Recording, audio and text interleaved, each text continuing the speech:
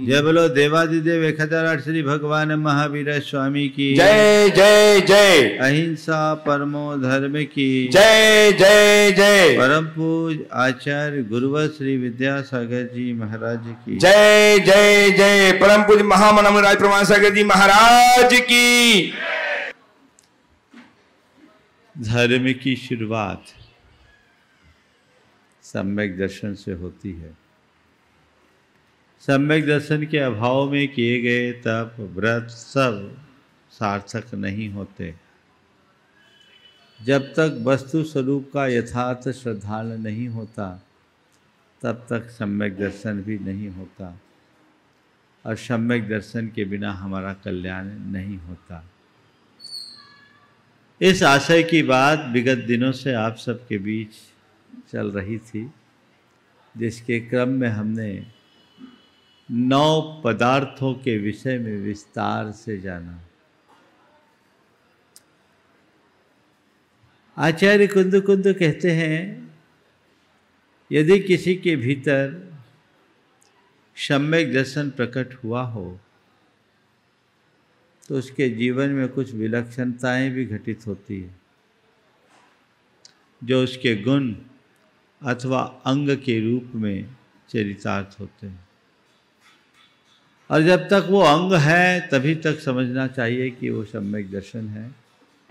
उसके अभाव में सम्यक दर्शन नहीं कहला सकता। जैसे हमारे शरीर के 8 अंग हैं, वे अंग अपना ठीक ढंग से काम करते हैं तो हमारा शरीर समर्थ बना होता है। और हमारे शरीर के अंगों में कहीं शिथिलता हो तो हम अक्षम हो जाते हैं। हमारे 2 पैर हैं, 2 हाथ हैं, कमर है, नितंब है, छाती है, पीठ है और मस्तक है। ये मूल 8 अंग है। हमारे सारी गतिविधियां इन्हीं 8 अंगों के माध्यम से होती है। वैसे ही सम्यक दर्शन के भी 8 अंग हैं और इन 8 अंगों के रहते ही सम्यक दर्शन पल सकता है। और आचार्य कुंद ने इस 8 अंगों से समन्वित प्राणी को सम्यक दृष्टि निरूपित करते हुए उसके चरण को सम्यक्त्वा चरण चरित्र कहा। निस्संकी निखंकी निमृगिंछामूल रिठीय उगुहन श्रीकर्णम बच्छल पहावनायते 8। ये 8 अंग है। ये अंग हमारे जीवन में होना चाहिए। आज से बात मैं उसकी ही करने जा रहा हूं। जैसे हमारे शरीर के 8 अंग हैं, वैसे ही सम्यक दर्शन के 8 अंग हैं। निशंकित अंग सबसे पहला अंग है, जो कहता है मन में शंका संदेह या भय रंच मात्र मत रखो। निष्कांक्षित अंग मन को आकांक्षा मुक्त बनाने की बात करता है। निर्विचिकित्सा अंग मन में किसी भी प्रकार की घृणा या ग्लानि से बचने की बात करता है। अमूढ़ दृष्टित्व अपनी अडिग आस्था की बात करता है। किसी भी प्रकार का दबाव, प्रभाव, भय या प्रलोभन से कुमार्ग की ओर न झुकना। उपगूहन अंग दोषों को ढांकने की बात करता है। अगर किसी के द्वारा कोई दोष हो जाए तो उसे ढांको। स्थितिकरण अपने मन को दोषों से बचाना उपगूहन है और अपने आप को मार्ग में टिकाए रखना स्थितिकरण। रत्नत्रय के प्रति हृदय में अपार उत्साह रखना वात्सल्य भाव और रत्नत्रयधारी के प्रति प्रेम रखना, ये भी वात्सल्य की अभिव्यक्ति है। और अपने मन को अपने वश में रखकर जिन शासन को फैलाना प्रभावना अंग है, अथवा अपने आचार विचार और व्यवहार से जिन शासन को जगत व्यापी बनाना प्रभावना। ये 8 अंग हमारे शरीर के 8 अंगों से मेल खाते हैं। एक बार हम रास्ता देख लेते हैं, बेखटके अपना दाहिना पैर बढ़ा देते हैं, और जब दायां पैर आगे बढ़ता है तो बायां पैर सहज उसका अनुकरण कर लेता है। उसमें कोई आकांक्षा और अपेक्षा नहीं होती। यही है निशंकित और निकांक्षित अंग। अपने बाएं हाथ को देखें। अपने शरीर की सब प्रकार की अपवित्रता का प्रक्षालन आप अपने बाएं हाथ से रोज करते हैं। मन में कभी ग्लानि या घृणा का भाव आता है? जब भी बाएं हाथ का प्रयोग करो, मन में सोचो मेरे हृदय में किसी धर्मात्मा के प्रति ग्लानि, घृणा या नफरत का भाव तो नहीं आ रहा है। यह निर्विचिकित्सा अंग है। अमूढ़ दृष्टित्व अपने मार्ग में टिके रहने की बात है। और जब हम कोई बात पूर्ण आत्मविश्वास से भर कर कहते हैं तो कहते हैं ये तो ऐसा है। ये क्या है? एकदम वजन दे के। ये है अमूढ़ दृष्टित्व। उपगूहन का अर्थ होता है दोषों को ढांकना। लोक में नितंब को सदैव ढांक के रखा जाता है। ऐसे ही हमेशा ये देखो कि मैं किसी के दोषों को उद्घाटित तो नहीं कर रहा हूँ। फिर स्थितिकरण, कोई वजनदार वस्तु को हमें उठानी हो तो अपने पीठ पर आसानी से उठाया जा सकता है। तो पीठ, कोई अगर गिर रहा है तो उसे अपने पीठ पर बिठा लो और उसे पार लगा दो। ये स्थितिकरण अंग है। और वात्सल्य हमारे प्रेम की अभिव्यक्ति है। और जब हम किसी के प्रति प्रेम से भरते हैं तो अपने छाती से लगा लेते हैं। हृदय वात्सल्य का प्रतीक। और हमारे शरीर का उत्तमांग मस्तिष्क है। मस्तिष्क को हम हमेशा ऊंचा रखना चाहते हैं। कभी हमारा सिर झुके नहीं। कहते हैं सिर कटा सकते हैं मगर सिर झुका सकते नहीं। यान मान मर्यादा का प्रतीक है। ऐसे जिन शासन के गौरव को सदैव बनाए रखने का संकल्प ही प्रभावना है। ये 8 अंग हमारे शरीर के 8 अंगों से मेल खाते हैं। कदाचित शरीर का कोई एक अंग कमजोर हो जाए तो फिर भी शरीर विकलांग बनकर के भी काम कर सकता है। पर सम्यक दर्शन में कोई एक अंग कम हो जाए तो वो हमारा सम्यक दर्शन संसार का विनाश नहीं कर सकता। ना नांग हीन मलम छेतुम दर्शनम जन्म संततिम नहीं मंत्रोच्चरण न्यून निहंति विष वेदना। जैसे एक अक्षर से न्यून कोई मंत्र हमारे विष की वेदना को नष्ट नहीं कर पाता, उसी तरह अंगहीन सम्यक दर्शन संसार का विनाश नहीं कर सकता। तो हमें चाहिए कि हम सम्यक दर्शन को सर्वांग आत्मसात करें। ये हमारे जीवन में घट गया तो सब कुछ घट गया। आज से बात उसी की कर रहा हूँ और लगभग 8-10 दिन तक निरंतर सम्यक दर्शन की बात होगी। समय सार में आचार्य कुंदकुंद ने सम्यक के अंगों के संदर्भ में क्या कहा और अन्य ग्रंथांतरों में उन्होंने क्या कहा और हम अपने जीवन व्यवहार में उसे कैसे उतार सकते हैं, कुछ ऐसी ही चर्चा आप सबसे मैं करूँगा जो आज हमारे जीवन के लिए अत्यंत आवश्यक और उपयोगी है। सबसे पहला अंग है निःशंक अंग, निशंकित अंग, शंका का अभाव होना। निशंका, शंका का अर्थ 2 अर्थों में है। शंका का अर्थ संदेह भी है और शंका का अर्थ डर भी है। संदेह नहीं होना, अपने मार्ग में संदेह नहीं होना, क्योंकि जहां संदेह होता है वहां विश्वास नहीं पनपता। सम्यक विश्वास का नाम है। यदि तुम्हारे हृदय में शंका आ गई तो सम्यक था ही नहीं। शंका के बीज में श्रद्धा के अंकुर नहीं फूटते। अशुद्ध धरा पर विश्वास के पौधे नहीं उगते। तो शंका का बीज अगर मन में बैठा है तो श्रद्धा का अंकुर कभी नहीं फूटेगा। सबसे पहली जरूरत अपने मन को शंका से मुक्त करने की है। और जहां शंका है वहां अश्रद्धा है, और जहां शंका और अश्रद्धा है, अविश्वास है, वहां डर भी है। अपने मन को टटोलो। तुम्हारे मन में शंका है या नहीं,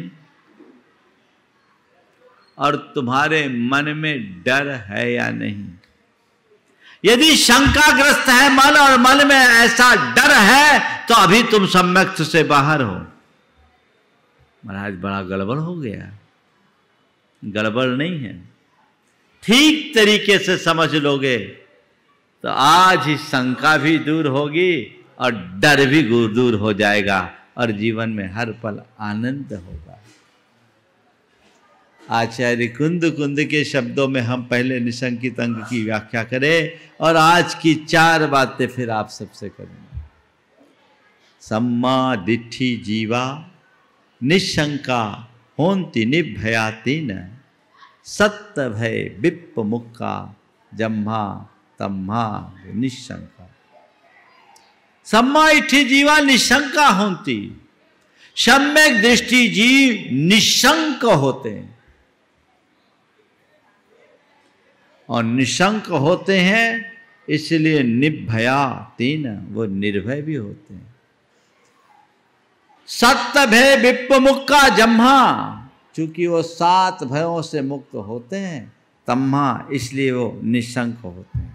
उनमें शंका नहीं है इसलिए निर्भय, और निर्भय इसलिए निशंक है।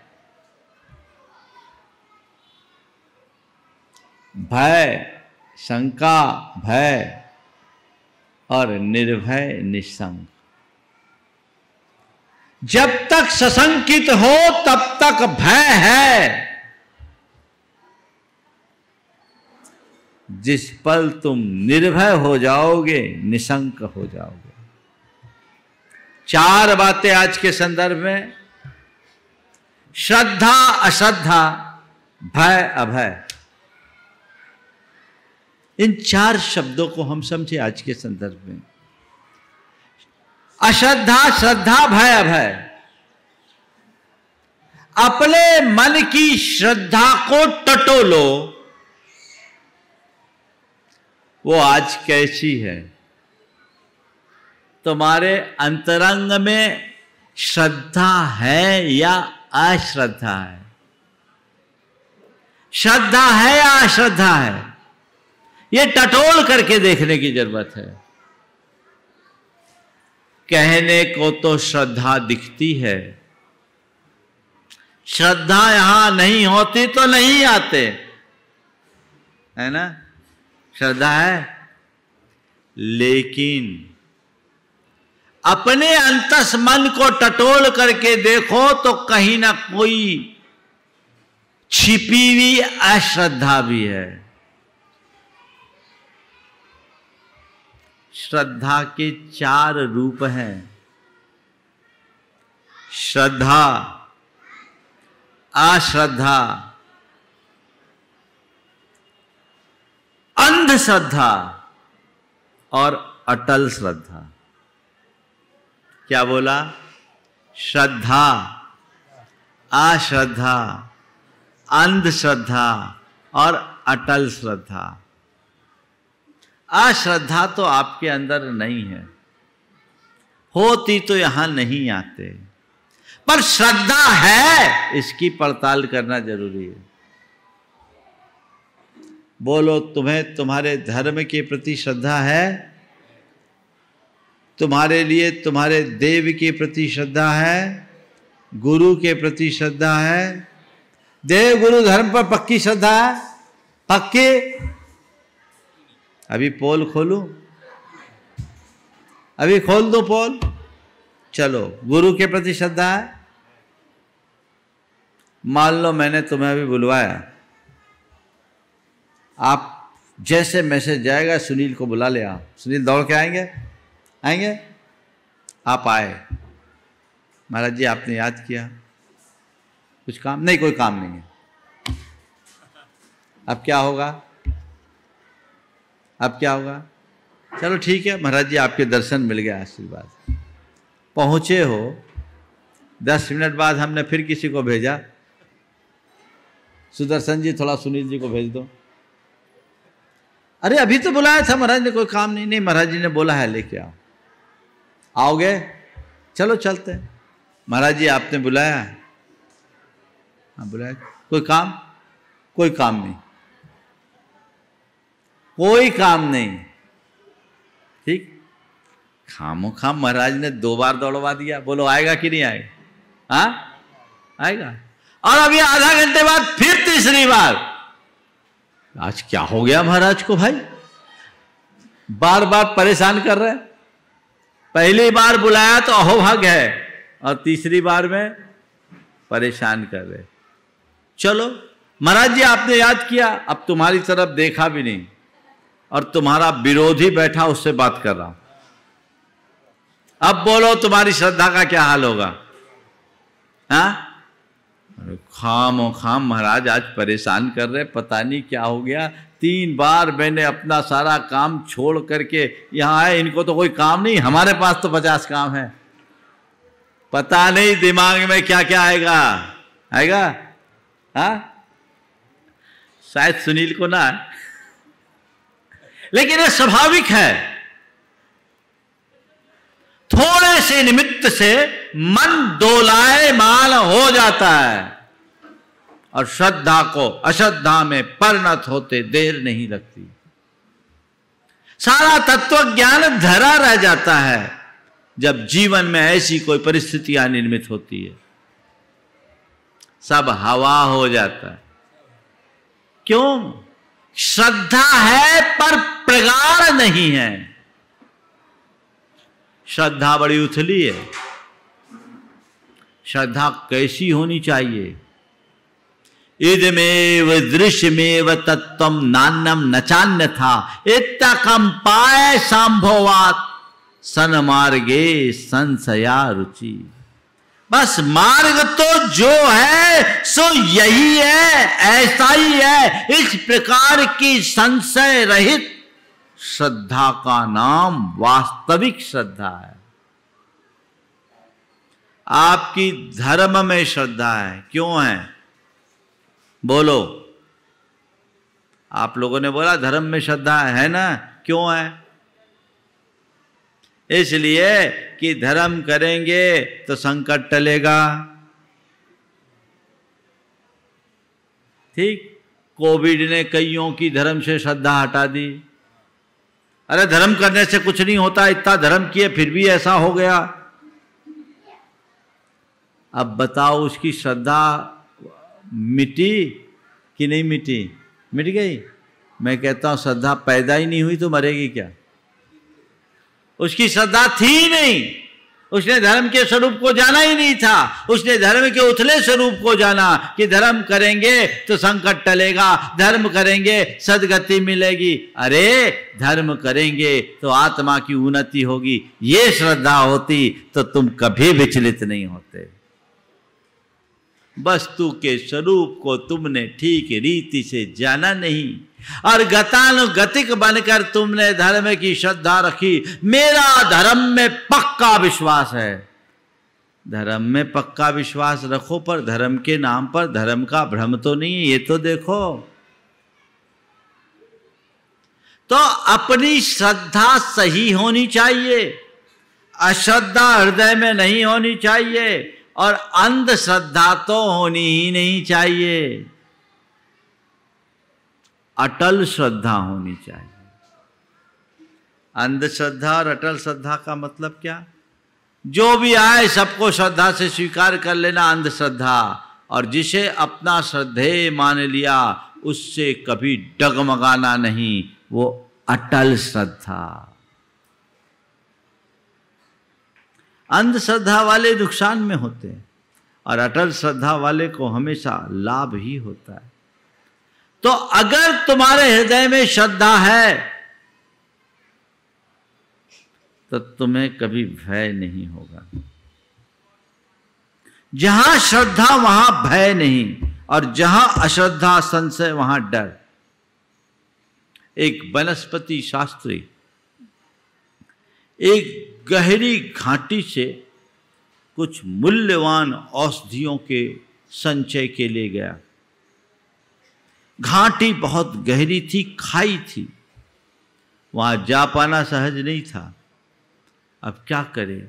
उसने अपने 12 साल के बेटे के कमर में रस्सी बांधी और उस बेटे को उस घाटी में उतारा और कहा, बेटे सारी वनस्पतियां तू इकट्ठी कर लेना, फिर झोले में भर देना, मैं रस्सी से खींच लूँगा, फिर रस्से लटकाऊंगा, तेरे कमर में बांधूंगा, धीरे धीरे तुझे खींच लूँगा, तू आ जाना। बेटे ने सहज रूप से स्वीकार किया, उसने उसे उतारा। बेटा रस्सी खोलकर बेखौफ होकर वनस्पतियों का संचय किया, सारी वनस्पतियां ऊपर भेज भी दी। जब काम हो गया, फिर से रस्सी नीचे उतरी, उसने कमर में बांधी और पिता डरते डरते उसे ऊपर खींचा। बेटा निश्चिंत आ रहा था। पिता डरते डरते ऊपर खींचा, बेटा निश्चिंत ऊपर आ रहा था। जब बेटा ऊपर आया तो पिता के जान में जान आई। कहा, बेटा तू आ गया, आज मुझे बहुत अच्छा लग रहा है, मेरी तो जान अटकी थी, पर ये बता तू इतना निश्चिंत कैसे था?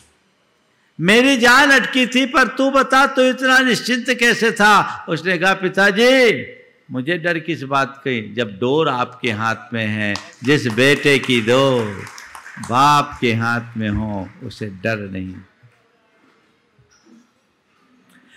हृदय में जब श्रद्धा होगी तो भय कभी नहीं होगा, और जब तक शंका होगी भय कभी नहीं मिटेगा। जिस जगह आपको कोई शंका नहीं होती, आप निर्भय होकर के रहते हो कि नहीं रहते? हाँ भाई, यहाँ कोई दिक्कत नहीं, यहाँ सब सेफ है। क्या बोलते हैं आप? यहाँ सब सेफ है, निश्चिंत होकर बैठे। और कहीं ऐसी संभावना हो जिसमें आपको थोड़ी सी भी शंका हो तो आप क्या करते हैं? चौकन्ने होकर के बैठते हैं, मन में डर, कहीं कुछ हो न जाए। शंका डर को जन्म देती है और श्रद्धा से निर्भयता आती है। इसलिए कहते सम्मादिठ्ठी जीवा निशंका होती निर्भयाति न। वे निशंक होते इसलिए निर्भय होते हैं। निशंक किस लिए? क्योंकि वो अपनी आत्मा के स्वरूप को अच्छे से समझता है। थोड़ा हम शंका और भय दोनों को सामने ले।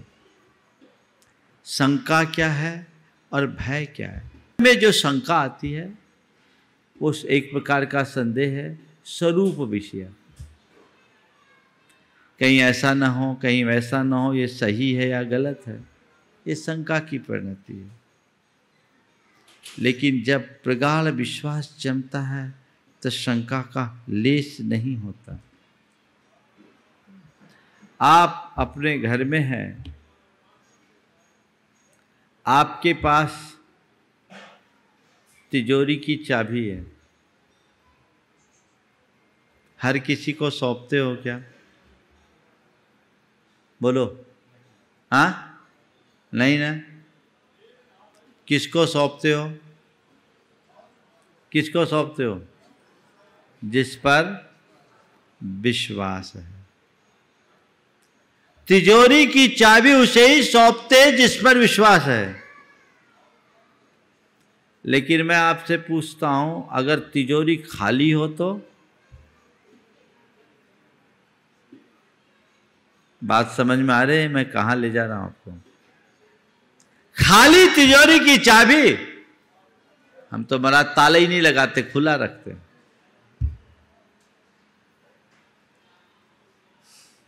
तिजोरी भरी हो तो हर किसी को नहीं दे सकते। जिस पे शंका है उसको तो दे ही नहीं सकते। जिस पर विश्वास है उसी को दे। और आजकल तो विश्वास करने वाले भी कब विश्वासघात कर दे पता नहीं। नौकर ने मालिक से कहा, मालिक मैं 20 साल से आपकी सेवा में हूँ, पर आज तक आपने मुझ पर विश्वास नहीं किया। मैं 20 साल से आपकी सेवा में हूं, पर आज तक आपने मुझ पर विश्वास नहीं किया। मालिक ने कहा, अरे बेटे, तुझ पर विश्वास नहीं होता तो तिजोरी की चाबी तुझे कैसे दे देता?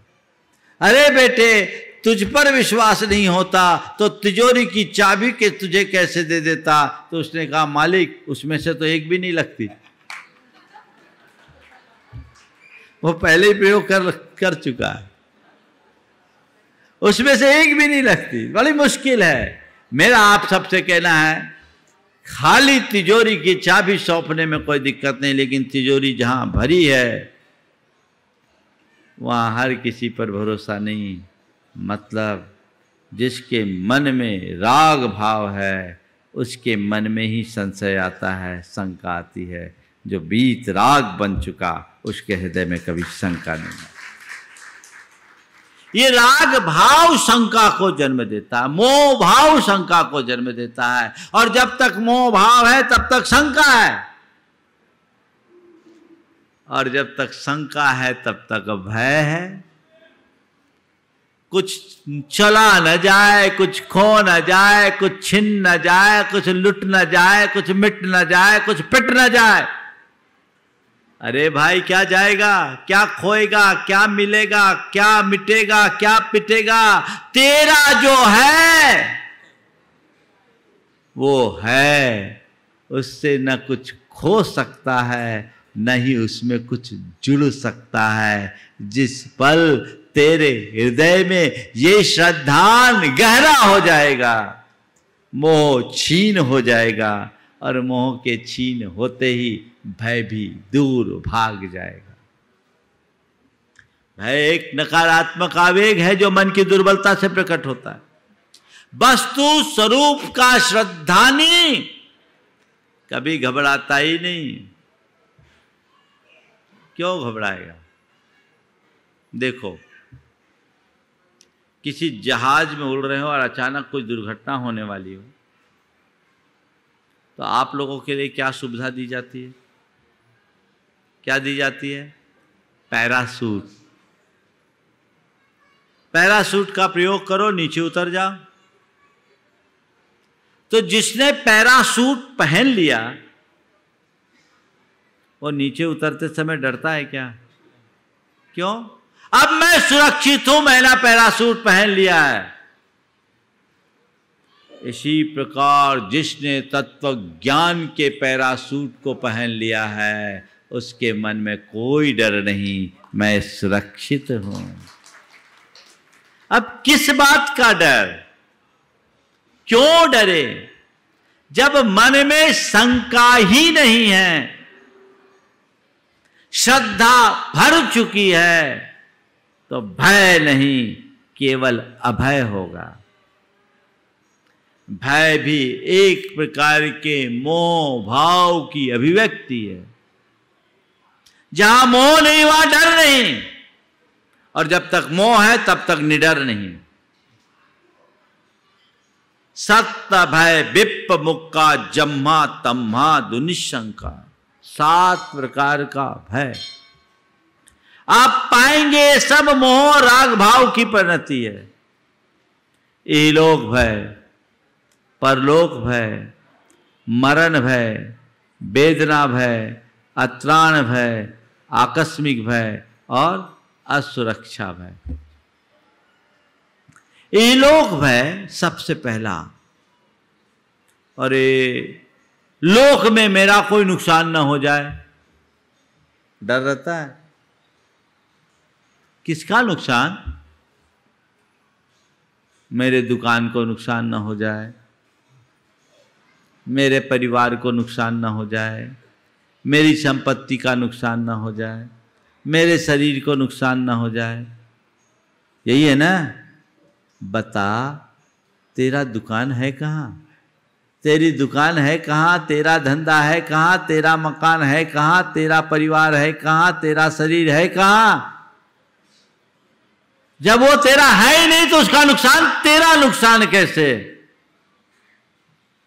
तेरा तो तू है जो अजर है, अमर है, अविनाशी है, जिसका एक प्रदेश भी इधर से उधर नहीं हो सकता, तो डर कैसा? समझ रहे हैं बात? पर ये कौन डराता है? ये जो मेरा, कौन है? मेरा। संत कहते ध्यान रखना, ये सब तेरे पास है, तेरे साथ हैं, पर तेरे नहीं है। ये पक्का श्रद्धान जमा के रखो। ये श्रद्धान गहरे हो जाए तो मेरा खोएगा क्या? वहां न पाना है, न खोना है, न आना है, न जाना है।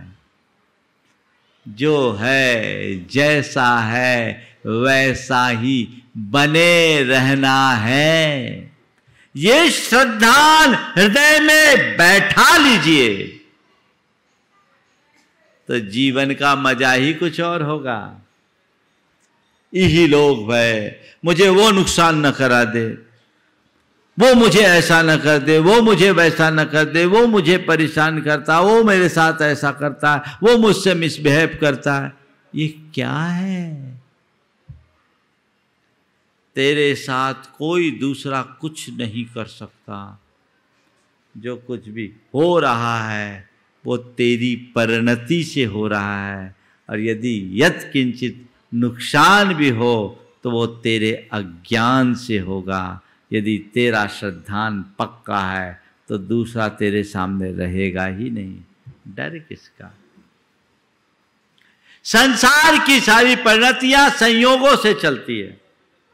संयोग बनते हैं, बदलते हैं, वो मेरे नहीं है, मेरे अधीन नहीं है। संयोग संयोगों के अधीन है। बनेंगे, बदलेंगे, मेरा, मैं हूं, उनमें कोई परिवर्तन नहीं। परलोक भय, परलोक भय का दो अर्थ निकालो। कोई परलोक आकर मुझ पर अटैक न कर दे, या परलोक में मेरी दुर्गति ना हो। समझिए, परलोक ये बड़ा भयानक है। उस परलोक का भय आजकल लोगों को कम है, पर इस परलोक का लोग क्या कहेंगे? ये कौन सा भय है? परलोक। वो मेरे साथ ऐसा ना कर दे, कौन सा भय? वो मुझे नुकसान ना पहुंचा दे, कौन सा भय? ध्यान रखने की बात तो केवल इतनी सी है कि जब तक तुम्हारे पुण्य का प्रताप है, तुम्हारा कोई बिगाड़ नहीं कर सकता। प्रद्युम्न का अपहरण हुआ 6वें दिन जन्म के बाद। 6 दिन के बच्चे को एक बड़ी शिला से दबा दिया गया, लेकिन परलोक उस प्रद्युम्न का कुछ हुआ क्या? शिला हिल गई, उसके श्वास से शिला हिल रही है, और वहीं उसको पालनहार भी मिल गए। इधर माँ बाप को खोया तो दूसरे माँ बाप मिल गए। यही तो खेल है संसार का। जब तक तुम्हारा पुण्य है, कोई पर तुम्हारा नुकसान नहीं कर सकता, और जिस दिन पाप का योग होगा कोई तुम्हें बचा नहीं सकता। ये पक्का श्रद्धान अपने हृदय में बैठा दो, और जिस दिन ये श्रद्धान बैठ जाएगा तो तुम्हारे मन में रंच मात्र भी परलोक का भय नहीं रहेगा। आजकल लोग परेशान हैं। कुछ लोग तो एक प्रकार की मानसिक बीमारी के शिकार होते हैं। हर पल अपने आप को इनसिक्योर फील करते हैं। क्यों? वस्तु के स्वरूप के श्रद्धानी बनो। तुम फुल्ली सिक्योर्ड हो, तुम पूर्ण हो, सुरक्षित हो, सदा से हो, शाश्वत हो, अविनाशी हो। ये श्रद्धान तुम्हारे अंदर गहरा होना चाहिए। ये श्रद्धा होगी तो भय नहीं। अरे कहीं हो ना जाए, मेरा नुकसान ना हो जाए, यानी तेरा अभी तेरी आत्मा पर श्रद्धा नहीं, अश्रद्धा है। ये सब अंदर का मोह और राग भाव है जो बेचैन करता है।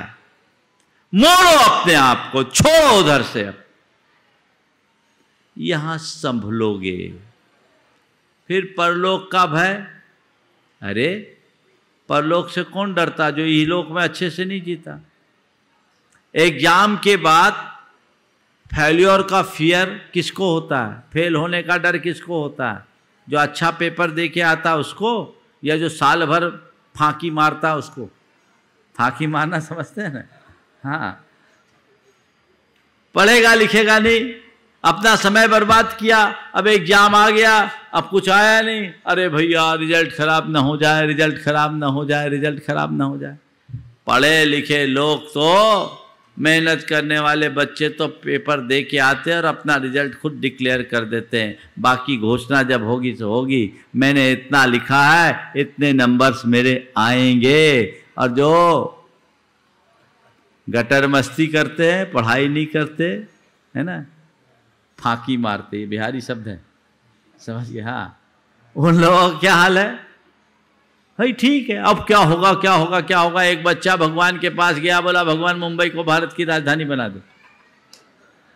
एक युवक ने कहा अरे हद हो गई, मुंबई भारत की राजधानी बनेगी, तुझे क्या मिलेगा? भारत की राजधानी दिल्ली। बोले कुछ मिले या ना मिले, मैंने भूल से पेपर में भारत की राजधानी मुंबई लिख दी। तो ये क्या है? ये मगजमारी है।